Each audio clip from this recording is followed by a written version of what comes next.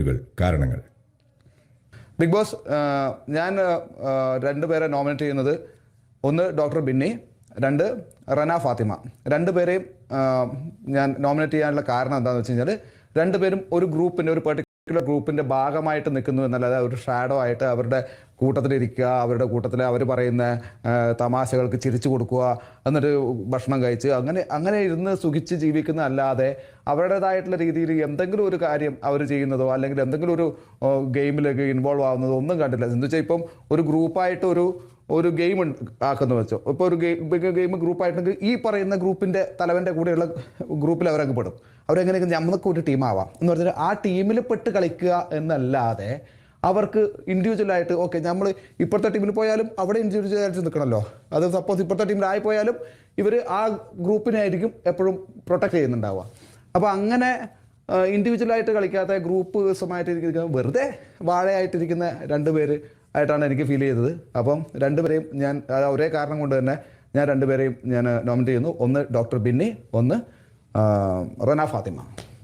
ഷാനവാസിനോട് വരാൻ പറയൂ. Thank U. എന്തൊക്കെ എന്നെ ഒറ്റപ്പെടുത്തിയാലും, നിങ്ങൾ എന്തൊക്കെ എന്നെ വെട്ടി നിരത്തിയാലും ഞാൻ അത് ചെയ്തിരിക്കും, ഉറപ്പാണ്. നോമിനേറ്റ് ചെയ്തിരിക്കും.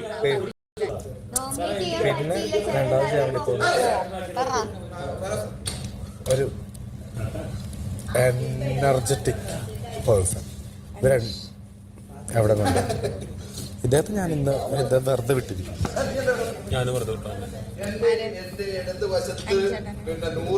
വിട്ടില്ല. അക്ബർ എന്തെന്ന്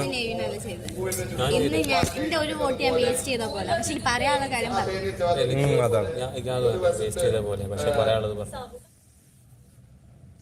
ഷാനവാസ്, നോമിനേറ്റ് ചെയ്യുന്ന രണ്ട് പേരുകൾ, കാരണങ്ങൾ. ഫസ്റ്റ് വൺ, നിലവിലെ ക്യാപ്റ്റൻ എന്ന് പറഞ്ഞാൽ നവീൻ, ഇതുവരെ ഉണ്ടായിരുന്ന ക്യാപ്റ്റൻ.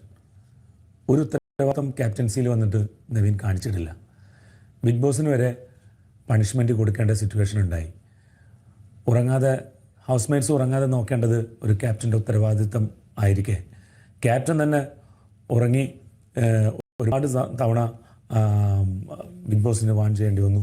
ഒത്തിരി സിറ്റുവേഷൻസ് ഉണ്ടായി. അതുപോലെ തന്നെ കിച്ചണിലുണ്ടായിരുന്ന പഞ്ചസാര കൊണ്ടുപോയി മോഷ്ടിച്ച് ബെഡ്റൂമിൽ കൊണ്ടുപോയി ഒറ്റയ്ക്ക് കഴിക്കുക. ഒരു ഉത്തരവാദിത്തമില്ലായ്മ ഭയങ്കരമായിട്ടുണ്ടായിരുന്നു. പിന്നെ ഇവിടുത്തെ പ്രശ്നങ്ങൾ ചൂണ്ടിക്കാണിച്ചു കൊടുക്കുമ്പോൾ അതിന് ഒരു ഇപ്പം നിലവിൽ വന്ന ഈ വൈൽഡ് ഗാർഡ്സിൻ്റെ കൂടിയിട്ട് ഒരു ഗ്രൂപ്പിസം പോലെ അവർക്ക് ഫേവർ ചെയ്തിട്ട് സംസാരിച്ചുകൊണ്ടിരിക്കുക, പ്രവർത്തിച്ചുകൊണ്ടിരിക്കുക. ഇവിടെ ഒരുപാട് വലിയൊരു വിഷയമായിട്ട് മാറിയ ഒരു പാത്രം കഴുകുന്ന, ഭക്ഷണം കഴിച്ചതിന് ശേഷം പാത്രം കഴുകാതിരുന്ന് മസ്താനി, ലക്ഷ്മി അങ്ങനെയുള്ള ആ ടീം പാത്രം കഴുകാതിരുന്ന ആ വിഷയത്തിൽ ഒരു പ്രതിവിധിയും കണ്ടെത്തിയില്ല. ഉത്തരവാദിത്തമില്ലാത്ത രീതിയിൽ പരാതി പറഞ്ഞവർക്ക് മറുപടി കൊടുക്കാതെ പോയി കിടന്നുറങ്ങിയപ്പോൾ അതിന് മറുപടി ചോദിക്കാൻ പോയാൽ ഞങ്ങളെല്ലാവരും ഗുണ്ടകളെന്ന് അധിക്ഷേപിച്ചു. അങ്ങനെ ഒത്തിരി കാര്യങ്ങളുള്ളതുകൊണ്ട് ഒന്ന് നവീൻ, രണ്ടാമത് അനുമോൾ. ഇവിടെ വന്നത് തൊട്ട് മുൻകാലങ്ങളിലുള്ള പരിചയം കൊണ്ടും ഇവിടെ വന്നിട്ടുള്ള പരിചയം കൊണ്ടും അനുമോളെ ഞാൻ ഒരുപാട് അനുമോൾക്ക് വേണ്ടി അനുമോൾ ഒറ്റപ്പെടുന്നത് കണ്ടിട്ട്, എല്ലാവരും കൂടെ അനുമോളെ ആക്രമിക്കുന്നത് കണ്ടിട്ട് ആ ഒരു മാനസിക പ്രശ്നം കൊണ്ട് ഞാൻ ആ പെൺകുട്ടിയുടെ കൂടെ നിൽക്കുകയും പല പ്രാവശ്യം ആ പെൺകുട്ടി അവളുണ്ടാക്കിയ വിഷയത്തിലോട്ട് എന്നെ വലിച്ചെഴുക്കുകയും അതിന് പരിഹാരം കാണാൻ പറയുകയും അപ്പോൾ അതിനു വേണ്ടിയിട്ട് ഞാൻ അവൾക്ക് വേണ്ടി സംസാരിക്കുകയും ഒക്കെ ചെയ്തിരുന്ന ഒരാളാണ് ഞാൻ. പക്ഷേ ഇന്ന് വരെ കിട്ടുന്ന അവസരങ്ങളിൽ മൊത്തം എനിക്കെതിരെ സംസാരിക്കുകയും എന്നെ മോശം വാക്കുകൾ ഉപയോഗിക്കുകയും അതിന് പുറമെ അവസാനം ഞാനും അക്ബറും കൺഫെഷൻ റൂമിൽ വന്ന് ബിഗ് ബോസിൻ്റെ മുമ്പിൽ ആരോപിതരായിട്ട് നിൽക്കേണ്ട സിറ്റുവേഷൻ പോലും അനുവാണ് ക്രിയേറ്റ് ചെയ്തത്.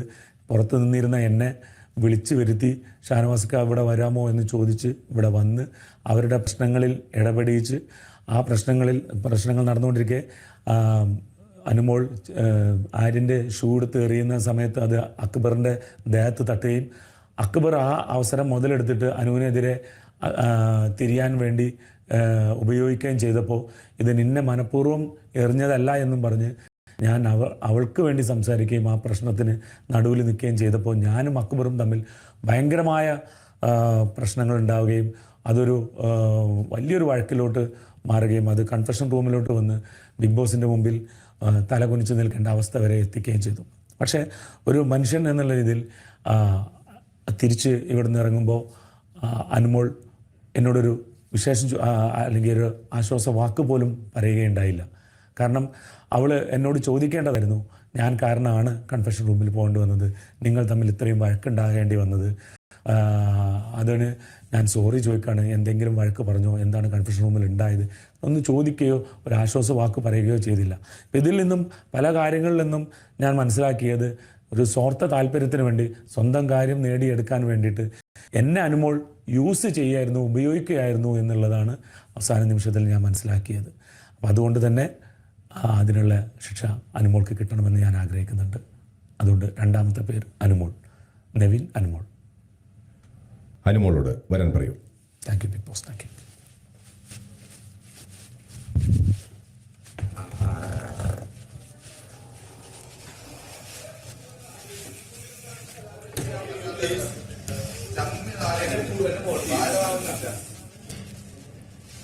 അനുമോൾ.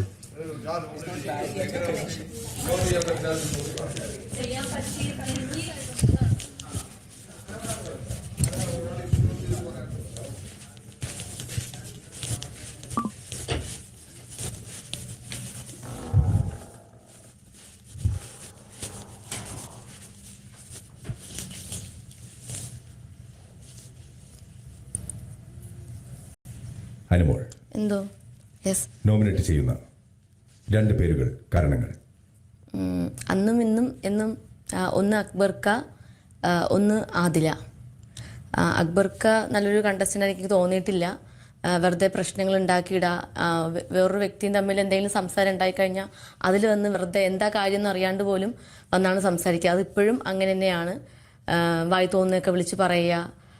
പിന്നെ ഈ ഇടയ്ക്ക് ഒരു പ്രശ്നം ഉണ്ടായിട്ടുണ്ടായിരുന്നു. ഞാൻ ബെഡിൽ കിടന്നിട്ട് ആര്യൻ്റെയും ജിസേലിൻ്റെ ഒരു പ്രശ്നം. പക്ഷെ അന്ന് ആ ടൈമിൽ അതെന്താണെന്നും അതെങ്ങനെ കാണിക്കണമെന്നും പറഞ്ഞ വ്യക്തികളാണ് ആദിലയും അക്ബർക്കയൊക്കെ. പക്ഷേ ലാസ്റ്റ് നിമിഷത്തിൽ അവരെന്താ ഡബിൾ സ്റ്റാൻഡേർഡ് കാണിച്ചതായിട്ട് എനിക്ക് തോന്നി. പിന്നെ 2 ആതിരയുടെ കാര്യമാണെങ്കിൽ വന്ന അന്ന് മുതൽ എൻ്റെ അടുത്ത് അവരുടെ കമ്മ്യൂണിറ്റി പറ്റി ചോദിക്കാറുണ്ട്, എന്താണ് അഭിപ്രായം, എന്താണ് പറഞ്ഞില്ലേന്ന്. ആദ്യമൊക്കെ ഞാൻ ഒഴിഞ്ഞു മാറി. എനിക്ക് ഇഷ്ടം ഉള്ളത് കൊണ്ടോ ഇഷ്ടമില്ലാത്തത് കൊണ്ടൊന്നും അല്ല, അതെനിക്ക് ഇവിടെ പറയാൻ താല്പര്യമില്ല എന്ന് പറഞ്ഞു. ഇവിടെ അതിനെപ്പറ്റി ഈ ഒരു ബിഗ് ബോസ് ഹൗസിനകത്ത് സംസാരിക്കാൻ ഇൻട്രസ്റ്റ് ഇല്ല, നമുക്ക് വേണമെങ്കിൽ പുറത്ത് വേണമെങ്കിൽ നിന്ന് സംസാരിക്കാം, എന്ത് വേണമെങ്കിൽ നിങ്ങൾക്ക് സപ്പോർട്ടായിട്ടോ എന്ത് വേണമെങ്കിൽ സംസാരിക്കാമെന്ന് ഞാൻ പറഞ്ഞിട്ടുണ്ടായിരുന്നു. പക്ഷേ അത് 1-2 തവണ പറഞ്ഞു നിർത്തി, എനിക്ക് സംസാരിക്കാൻ താല്പര്യമില്ല എന്ന് പറഞ്ഞ് ഞാൻ അങ്ങ് പറഞ്ഞു. അത് കഴിഞ്ഞ ദിവസവും അതിനെപ്പറ്റി വീണ്ടും ചോദിച്ചു വന്നു. എനിക്ക് ഇൻട്രസ്റ്റ് ഇല്ല, എനിക്ക് ഇഷ്ടമുള്ള കാര്യത്തെ പറ്റി എന്താണ് സംസാരിക്കുന്നതൊക്കെ ചോദിച്ച് ഞാൻ ഒഴിഞ്ഞു പറയുമ്പോൾ പുള്ളിക്കാരത്തേക്ക് എൻ്റെ അടുത്ത് ദേഷ്യമായി. പിന്നെ അത് മിണ്ടാതെയായി. പിന്നെ അത് കഴിഞ്ഞിട്ടാണ് ആര്യയുടെയും ജിസേലിൻ്റെയും പ്രശ്നം. എൻ്റെ കൂടെ ഫുൾ സപ്പോർട്ടായിട്ട് നിന്നിട്ട് ലാലേട്ടൻ വരുന്ന എപ്പിസോഡിൽ പെട്ടെന്ന് അവരുടെ ക്യാരക്ടർ മാറി എന്നെ എന്താ പറയണ്ടേ, പെട്ടെന്ന് എന്നെ ഒരു കള്ളിയാക്കി മാറ്റി. അഭിലാഷിനോട് വരാൻ പറയൂ. Okay Bigg Boss.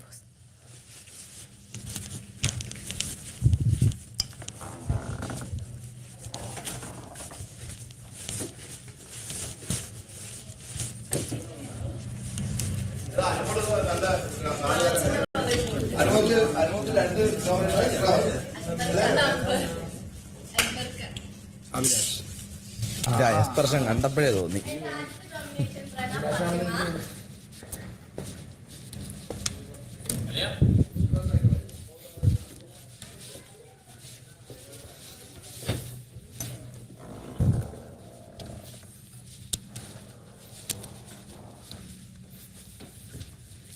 Bigg boss.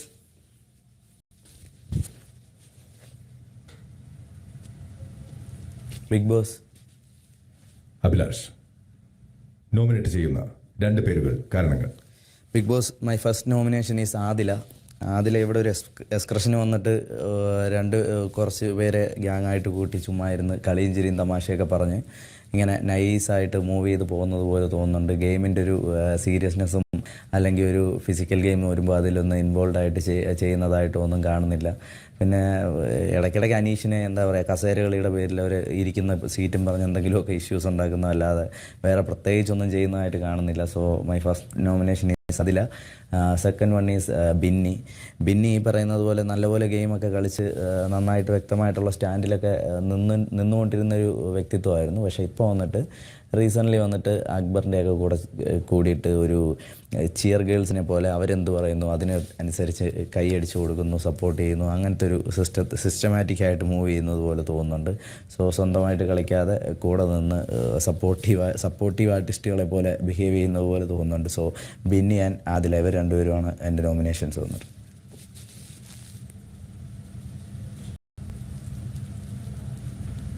ജിസേലിനോട് വരാൻ പറയൂ. Okay Bigg Boss, thank you.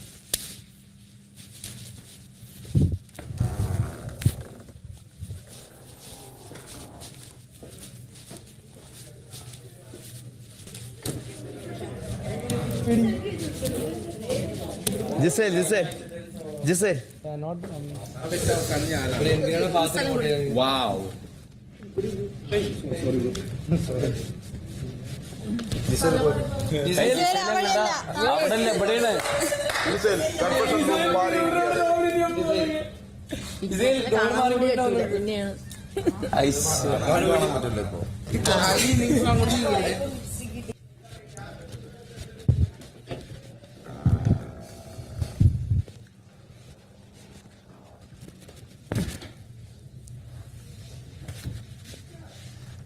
Gizele nominate ചെയ്യുന്ന 2 പേരുകൾ, കാരണങ്ങൾ.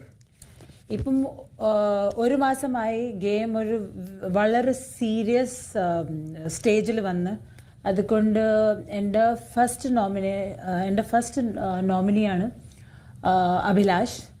അഭിലാഷ് ഒരു തീരെ സേഫ് പ്ലെയറാണ്. സേഫ് മാത്രമല്ല, അവൻ കണ്ണിങ് ആണ്. എന്ന് വെച്ചാൽ അവൻ ഒരു ഗ്രൂപ്പ് ഉണ്ടാക്കും, അവൻ്റെ ബെസ്റ്റ് ഫ്രണ്ട്സിനെ നോമിനേറ്റ് ചെയ്യും, ഞങ്ങളെ വന്നിട്ട് പറയും ബെസ്റ്റ് ഫ്രണ്ട്സിനെ ഗെയിം ആകട്ടെ എന്താകട്ടെ. അവനൊരു കണ്ണിങ് പേഴ്സൺ ആണ്. എന്ന് വെച്ചാൽ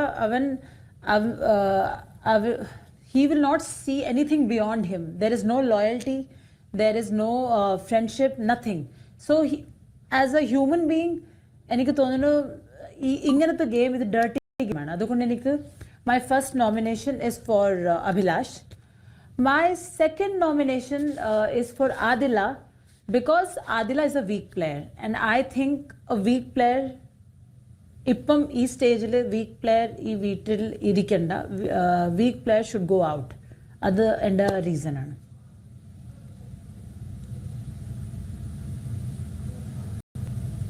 നെവിനോട് വരാൻ പറയൂ. Sure, thank U.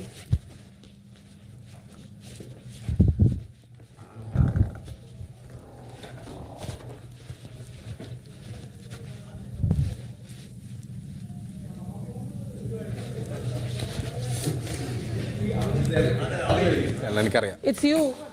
It's me. Yeah. I know that. I knew what exactly I was.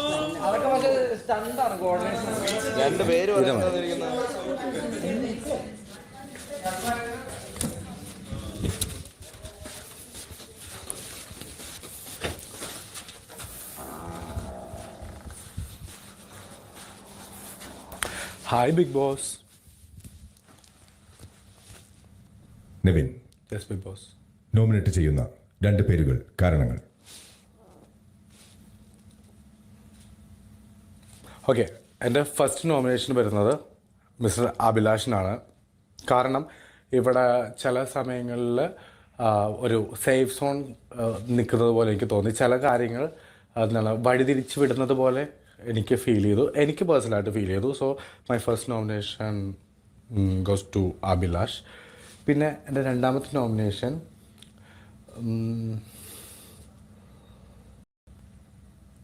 വേണ്ട അക്ബർ വേണ്ട.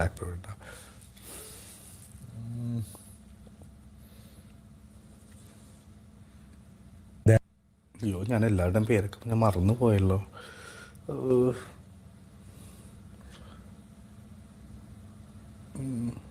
ഓക്കെ, യെസ്, അല്ല ഇത്രയും ദിവസങ്ങൾ ആര്യൻ ഡയറക്റ്റ് നോമിനേറ്റ് ചെയ്യപ്പെട്ടിരിക്കുകയാണ്. അയ്യോ സോറി. അപ്പോൾ എൻ്റെ